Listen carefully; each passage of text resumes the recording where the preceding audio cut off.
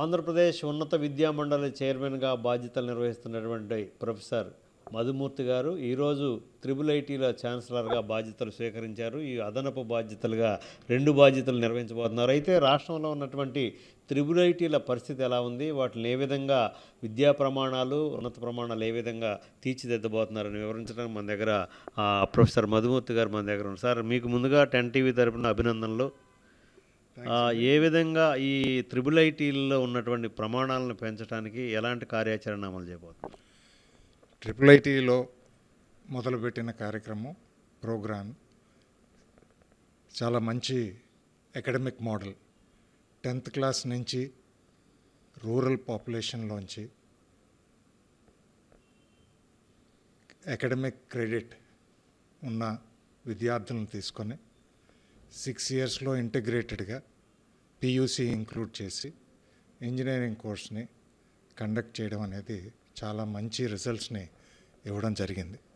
పిల్లలు చాలా అద్భుతంగా ప్రోగ్రెస్ అవుతున్నారు. ప్రమాణాలు చాలా గొప్పగా ఉన్నాయి.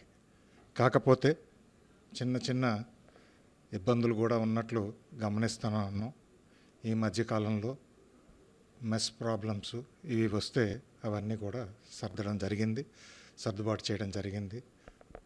కాంట్రాక్టర్స్ని మార్చడం, కొత్తగా దానికి తగినట్లుగా అధికారులు అరేంజ్మెంట్స్ చేయడం కూడా జరిగింది. ఈ ఉద్దేశంలో అక్కడ ప్రస్తుతం ఇన్ఫ్రాస్ట్రక్చర్ కొంచెం డెవలప్ చేయడానికి ఆల్రెడీ మంత్రి గారు ప్రామిస్ చేశారు, ఒంగోలులో క్యాంపస్ క్రియేట్ చేయడానికి. కాబట్టి ఇవన్నీ కూడా అద్భుతంగా ఎదుగుతాయని ఆశిస్తున్నాం. సార్, ఇప్పుడు గ్రామీణ ప్రాంతాల్లో ఉన్నటువంటి ప్రతిభ గల విద్యార్థులకి త్రిబుల్ ఐటీలు చాలా మంచి అవకాశం ఇస్తున్నాయి. చాలా మంచి ప్యాకేజీలతో అక్కడి నుంచి వచ్చినటువంటి వారు చాలా పెద్ద ప్యాకేజీలతో ఉపాధి అవకాశాలు కూడా పొందారు. వారిని ఇంకా ఎక్కువ మందికి అలాంటి అవకాశాలు కల్పించడానికి ఏదైనా కొత్త స్కీమ్ ఏదైనా అమలు చేసే అవకాశం ఉందా? ఆల్రెడీ ఈ విద్యార్థులు మీరు అన్నట్టుగా వీరందరికీ సదుపాయాలు కల్పించడానికి ల్యాప్టాప్ కంప్యూటర్స్ కానీ, హాస్టల్ ఫెసిలిటీస్ కానీ అన్ని విధాలుగా ప్రయత్నాలు జరుగుతున్నాయి. క్యాంపస్ ప్లేస్మెంట్ ఈసారి అద్భుతంగా ఉంది. 80% ప్లేస్మెంట్ జరిగిందని నా సమాచారం. అదే కాకుండా ఇంటర్న్షిప్స్, ప్రాక్టికల్ ఇంటర్న్షిప్స్ ద్వారా వీరందరికీ ఇంకా ఉపయోగపడేటట్లుగా చేయాలి కోర్స్ వర్క్ అనేది మా ప్రయత్నం. ఈ సంవత్సరం ఏఐసిటితో, యూజీసీతో కలిపి free and stipend based internships కూడా ఇంక్లూడ్ చేయడానికి యాప్సీ తోడ్పడుతుంది. అందరికీ కూడా ఈసారి పోర్టల్ డెవలప్ చేయడం జరుగుతుంది. సార్, ఇప్పుడు కొన్ని చోట్ల ముఖ్యంగా నూజివీడు ప్రతిసారి వార్తల్లో నిలుస్తుంది. నూజివీడు త్రిబుల్ ఐటీ అనేక రకాలైన సమస్యలు, అలాంటి సమస్యలు చాలా చోట్ల ఉన్నాయి. మంత్రి గారు కూడా జోక్యం చేసుకున్న పరిస్థితి ఉంది. అదేవిధంగా చాలా సందర్భాల్లో అక్కడున్న పిల్లలు మిస్ అవ్వటం, ఆహారంలో రకరకాల ఇబ్బందులు ఎదురవటం, హాస్పిటలైజ్ అవ్వటం వంటి అంశాలు ఉన్నాయి. అవన్నీ కూడా వాటిని సరిదిద్దడానికి ఎలాంటి చర్యలు చేపడతారు? ప్రస్తుతం అయితే ఇబ్బందులు అనేవి ఇంత నెంబర్ ఆఫ్ పీపుల్ని హ్యాండిల్ చేస్తున్నప్పుడు సహజం అండి, ఇదేమీ కొత్త కాదు. కాకపోతే ఫ్యాకల్టీ అనేవారు కానీ, ట్యూటర్స్ అనేవారు, మెంటర్స్, వీరందరూ కూడా రాత్రింబగళ్ళు డ్యూటీ వేసుకొని పిల్లల్ని కాపాడడానికి, వాళ్ళకి సహాయపడడానికి ప్రయత్నాలు జరుగుతున్నాయి. అరేంజ్మెంట్స్ అయితే జరుగుతున్నాయి. ఇవన్నిటితో పాటు వారికి అంబులెన్స్ లాంటి ఫెసిలిటీస్ కూడా క్రియేట్ చేసి, మెస్ ఫెసిలిటీస్ ఆల్రెడీ కాంట్రాక్టర్స్ని మార్చడంతో జరిగింది. మెడికల్ ఫెసిలిటీస్ కూడా వాళ్ళకి ప్రొవైడ్ చేయడానికి ప్రయత్నాలు జరుగుతున్నాయి. సరే, ఇప్పుడు ఉన్నత విద్యా మండలి సెట్స్ విషయంలో ఎలా ముందుకెళ్ళబోతుంది? ఎంసెట్ ముఖ్యంగా ప్రధానమైనది. ఎంసెట్ ఎలాంటి ఏర్పాట్లు చేస్తారు? ఈ సంవత్సరం కూడా సెట్లన్నిటికీ డేట్లు, షెడ్యూల్స్ ఫైనలైజ్ చేసి అనౌన్స్ చేయడం జరిగింది. ఈ సంవత్సరం ఇంటర్మీడియట్లో ఫలితాలు చాలా అద్భుతంగా వచ్చినాయి. దాంతో ఇంతకుముందు సంవత్సరం కన్నా నెంబర్ ఆఫ్ స్టూడెంట్స్ రిజిస్ట్రేషను బాగా పెరిగింది.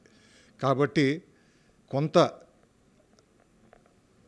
ఎక్కువ కాలం ఈ సెట్స్ జరపాల్సిన అవసరం కూడా వచ్చేటట్లుగా కనపడుతుంది. దానికి తగిన చర్యలు తీసుకుంటున్నాం. చిన్న చిన్న ఇబ్బందులు రావచ్చు. దగ్గర అనుకున్న సెంటర్ కన్నా దగ్గరలో ఉన్న సెంటర్ మటుకు వారికి అందేటట్లు మా ప్రయత్నాలు మేము చేస్తున్నాం. సార్, ఇప్పుడు ఆంధ్రప్రదేశ్లోనే విదేశీ విద్య అనేది మంత్రి గారి నినాదం. ఈ విద్యని అందుబాటులోకి తేవడానికి మీరు యాక్షన్ ప్లాన్ ఆల్రెడీ జరుగుతూ ఉంది. ఎప్పటి నుంచి ఇది అమల్లోకి వచ్చే అవకాశం ఉంది? మన దేశంలో స్టడీ ఇన్ ఇండియా ప్రోగ్రాం అనేది చాలా ప్రాచుర్యం పొందింది. అదేవిధంగా మనం స్టడీ ఇన్ ఆంధ్రప్రదేశ్ అనే ప్రోగ్రాం కోసం మన ప్రయత్నాలు చేయడానికి యాప్సీ ద్వారా యాక్టివిటీస్ మొదలుపెట్టాము. దీనిలో పార్ట్గా మనం ఎన్ఐఆర్ఎఫ్ ర్యాంకింగు, మన ఎన్బిఏ ఆర్ అక్రెడిటేషన్ ర్యాంకింగ్ కూడా అన్ని యూనివర్సిటీలు కనుక వస్తే ఇది బాగా తోడ్పడుతుంది. దానికి సహాయపడడానికి కొరకు ప్రోగ్రామ్స్ తయారు చేస్తున్నాము, అరేంజ్మెంట్స్ చేయడానికి కూడా మనం చేస్తున్నాము. అదే కాకుండా ఫారెన్ స్టూడెంట్స్, ఫారెన్ ఫ్యాకల్టీ కూడా మన యూనివర్సిటీస్లో వచ్చే మార్గాలు ఏంటి అనేది మేము ప్రయత్నాలు చేస్తున్నాం.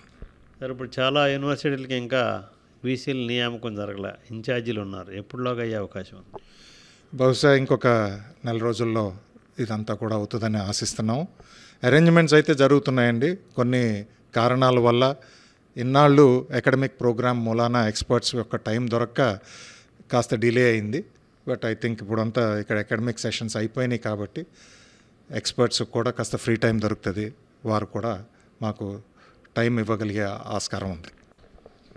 ఇది మొత్తం మీద ఆంధ్రప్రదేశ్లోనే విదేశీ విద్య అనే కార్యక్రమానికి త్వరలోనే శ్రీకారం చుడతామని చెప్పేసి ఉన్నత విద్యా మండలి చైర్మన్, అదేవిధంగా IIITల ఛాన్సలర్ మధుమూర్తి గారు పేర్కొన్నారు. కెమెరామన్ నాగరాజ్తో జయరాజ్, 10 టీవీ, అమరావతి.